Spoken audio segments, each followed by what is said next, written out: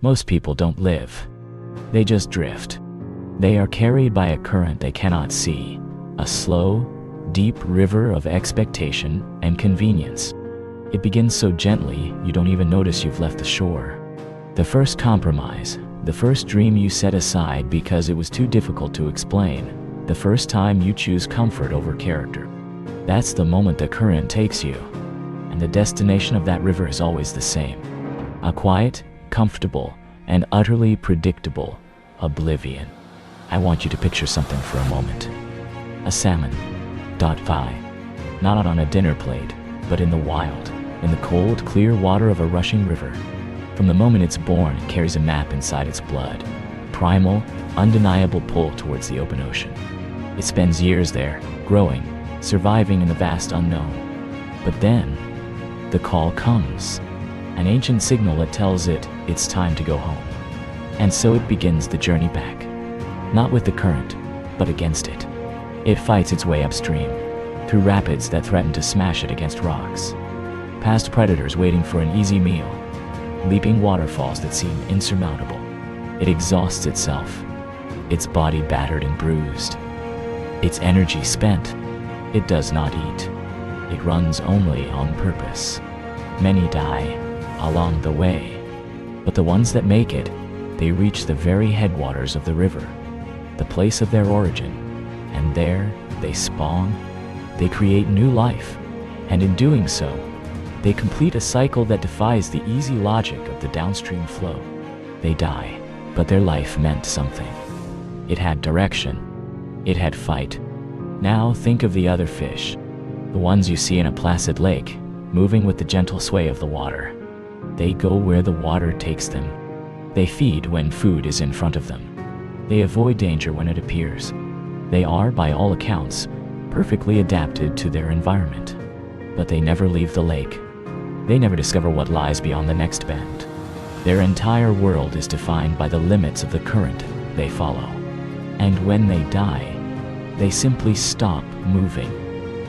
And the current carries their bodies away without a trace. Only dead fish go with the flow. It's not just a clever phrase. It's a biological and spiritual truth. Movement against resistance is the very signature of life. A tree grows against gravity. A child learns to walk by fighting its own clumsiness. A muscle strengthens only when it's torn and forced to repair. Ease is the condition of the inanimate. A rock offers no resistance. It is perfectly at peace with the forces acting upon it.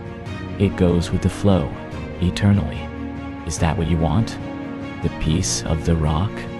The compliance of the corpse? The current I'm talking about is invisible, but you feel it every day. It's the pressure to be reasonable, to be practical, to get a real job, to settle down, to buy the things you're supposed to want, to seek the approval of people whose opinions you don't even respect. It's the hypnotic pull of the algorithm, feeding you an endless stream of what everyone else is watching, buying, and thinking. It's the comfort of the well-worn path, the path of least resistance. It asks nothing of you. It doesn't demand courage. It doesn't require you to think for yourself. It simply carries you along, and in return, it gives you a sense of belonging. The anesthetic of conformity. You are not alone in the current. It is crowded with friendly faces, all assuring each other that this is the only way to float. They talk of safety, of security, of playing it smart. But what is the destination of this collective drift? Look at the faces of the people on the subway, in the traffic jam, in the office cubicle. You see a quiet resignation, a dormant fire, a soul that has been negotiated down to its most manageable size. They are not living, they are waiting. Waiting for the weekend, waiting for vacation, waiting for retirement, waiting for a life that never seems to arrive, because they surrendered the helm to the current a long, long time ago. The fight is different. The fight is what happens when you decide to swim upstream. It begins as a quiet, terrifying thought in the middle of the night, a voice that whispers, "This is not all there is." It's the decision to wake up an hour earlier, to write that book, to practice that instrument. to build that thing while the world sleeps. It's the humiliation of starting at the bottom of a new skill, of being the fool, of failing publicly. It's the financial uncertainty of chasing a vision instead of a paycheck.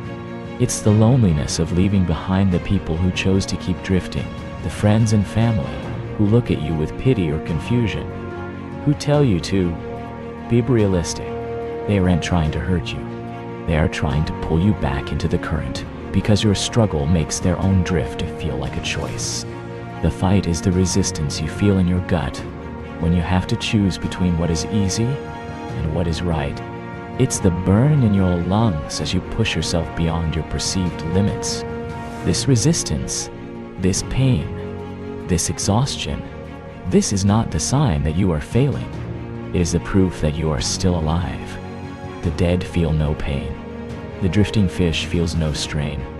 If your life feels easy, if you are never anxious, never scared, never tired from the effort of building something that matters, then you should be very, very worried. You may already be one of the dead ones. You just haven't stopped moving yet. I remember the moment I truly understood this. I was in my late 20s, living a life that looked perfectly fine from the outside. I had a good job, a nice apartment, a predictable future, and I was dying inside. The feeling wasn't dramatic. It was a slow, suffocating stillness. It was the feeling of watching my own life from a great distance, like a movie I hadn't chosen to see. One night I couldn't sleep. I went for a walk and found myself by a river that ran through the city. I stood on a bridge and watched the water flow downstream, carrying leaves and twigs towards the ocean. It was so effortless, so peaceful, and I had the most profound and terrifying thought. I am that leaf.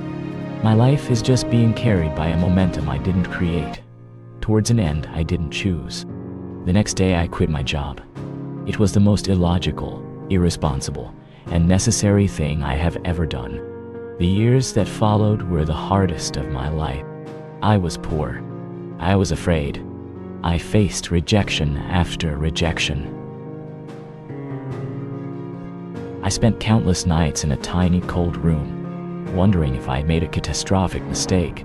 The current was always there, whispering, offering me a way back to comfort, to safety, to anonymity.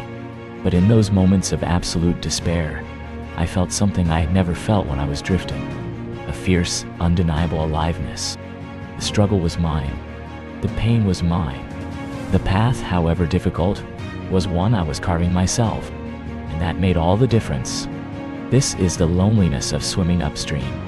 You will look to your left and right, and you will see no one. The crowd is behind you, drifting together. You will have conversations where you realize you no longer speak the same language. They will talk of promotions and television shows and the newest restaurant, and you will want to talk of purpose and struggle and the fire you are trying to build in the dark. They will not understand. They will call you obsessed. They will say you're wasting your time. They will tell you to relax, to go with the flow, and you will have to smile and nod, all the while knowing that to relax is to die. To go with the flow is to surrender. This loneliness is a price you must be willing to pay. It is the tax on a life of purpose. But in this silence, in this emptiness, you will find yourself. You will hear your own voice for the first time without the static of the crowd. You will discover a strength you never knew you had. Because there is no one left to lean on but your own resolve.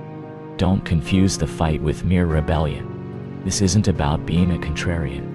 It's not about rejecting everything just to be different. That is just another form of slavery, where you are defined by what you oppose. The true upstream swim is about moving towards something. It is about a positive vision, a creation, a destination that you have chosen for yourself. It is not a fight against the world. It is a fight for your own soul. It is the discipline to create when you feel uninspired. It is the courage to speak your truth when your voice shakes. It is the integrity to do the right thing when no one is watching and there is no reward. It is the patience to build something brick by brick, day by day, while the world is obsessed with overnight success. This fight is quiet. It is internal.